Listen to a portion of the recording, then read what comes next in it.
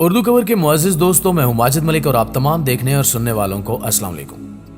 ناظرین گرامی، کیا آپ جانتے ہیں کہ اباضیہ فرقہ کیا ہے؟ اس کے عقائد و نظریات کیا ہیں؟ کیا یہ لوگ مسلمان ہیں یا دائرہ اسلام سے خارج ہیں؟ اباضیہ مسلک کا بانی کون تھا؟ اباضیہ مسلک اپنے علاوہ تمام مسلمانوں کو کافر کیوں کہتا ہے؟ اباضیہ فرقے کے لوگ کس خطے میں پائے جاتے ہیں؟ ان سب سوالات کے جواب جاننے کے لیے ویڈیو کو شروع سے لے کر آخر تک ضرور دیکھیے گا۔ تو آئیے چل کر موضوع کا باقاعدہ آغاز کرتے ہیں۔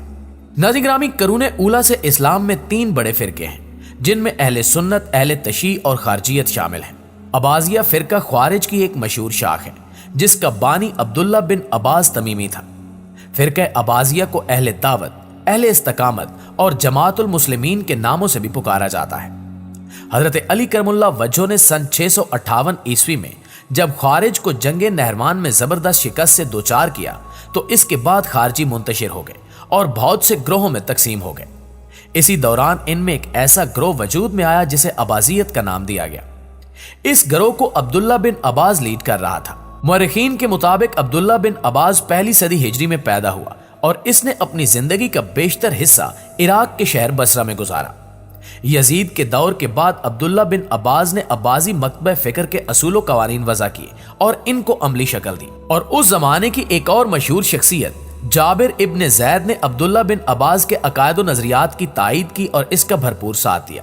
700 عیسوی میں عبداللہ ابن عباس کی وفات کے بعد جابر ابن زید اباضیہ فرقے کا دوسرا امام مقرر ہوا۔ خلافت بنو امیہ کے ساتھ خراب تعلقات کے باعث اباضیہ مسلک سے تعلق رکھنے والے اباضیوں کو عراق سے بے دخل کر دیا گیا، جس کے بعد ان کا مسکن عمان تھا۔ 745 عیسوی میں اباضیوں نے یمن کے علاقے میں پہلی اباضی سلطنت کی بنیاد رکھی اور بعد میں یہ سلطنت یمن، مکہ اور مدینہ کے علاقوں تک پھیل گئی، لیکن یہ سلطنت 3 سالوں تک ہی قائم رہ سکی اور 748 عیسوی میں بنو امیہ نے ان سے یہ علاقے چھین لیے۔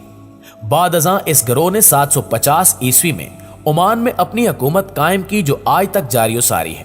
اس وقت اباضیوں کی بڑی تعداد الجزائر، تیونس، لیبیا، مشرقی افریقہ اور عمان وغیرہ میں آباد تھی۔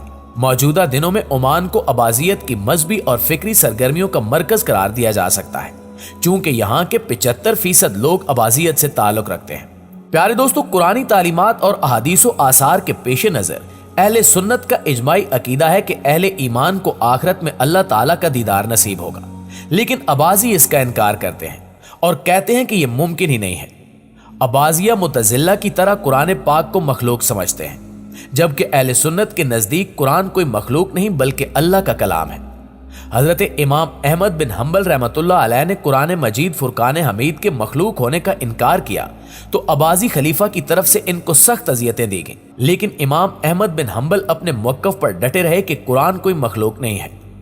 اباضیہ فرقے کا عقیدہ ہے کہ جو شخص گناہ کبیرہ کا ارتکاب کر کے دنیا سے جائے گا، اگرچہ وہ کلمہ گو ہو اور پابند نماز بھی ہو، تو پھر بھی اسے ہمیشہ کے لیے جہنم میں جانا پڑے گا، اسے کبھی جنت نصیب نہیں ہوگی۔ جبکہ اہل سنت کا متفقہ عقیدہ ہے کہ کبیرہ گناہ کا مرتکب شخص ہمیشہ جہنم میں نہیں رہے گا۔ اگر اس کا خاتمہ ایمان پر ہوا ہو تو گناہوں کی سزا بھگتنے کے بعد اللہ عز و جل ضرور اسے جنت میں داخل فرمائیں گے۔ قرآن و احادیث میں آخرت کے متعلق کئی چیزوں کا تذکرہ ہے، مثلا میزان عدل قائم کیا جائے گا اور پل صراط سے گزرنا ہوگا، لیکن اباضی اس طرح کی چیزوں میں تعویل کرتے ہیں اور احادیث میں ان چیزوں کی جو تفصیلات ہیں ان کو نہیں مانتے، جبکہ اہل سنت ان عقائد کو اسی طرح مانتے ہیں جس طرح رسول اللہ صلی اللہ علیہ وسلم نے بتایا ہے۔ اباضی حضرت ابوبکر صدیق رضی اللہ تعالی عنہ اور حضرت عمر فاروق رضی اللہ تعالی عنہ کو خلیفہ سمجھتے ہیں، جبکہ حضرت عثمان رضی اللہ تعالی عنہ اور حضرت علی کرم اللہ وجہہ کے بارے میں ان کا موقف یہ ہے کہ ان سے اجتہادی خطائیں سرزد ہوئی ہیں۔ ناظرین گرامی، اباضی مسلک سے تعلق رکھنے والے نماز میں تکبیر تحریمہ کے وقت رفع یدین نہیں کرتے بلکہ ہاتھ چھوڑ کر نماز پڑھتے ہیں اور نماز کے آخر میں صرف ایک طرف سلام پھیرتے ہیں۔ جمہور علماء و محدثین کا اجماع ہے کہ قرآن مجید کے بعد روئے زمین پر سب سے صحیح کتاب بخاری شریف ہے، اس کے بعد مسلم شریف اور اس کے بعد دیگر کتب احادیث کا مقام ہے۔ لیکن اباضیہ فرقے کے مطابق مسند روی بن صہیب کو بخاری اور مسلم پر ترجیح دی جاتی ہے۔ قدیم دور کے تشدد پرست اباضی مسلمان دوسرے فرقوں کو کافر سمجھتے تھے، لیکن دور حاضر میں عمان میں پائے جانے والے اباضی لوگ اس عقیدے پر یقین نہیں رکھتے۔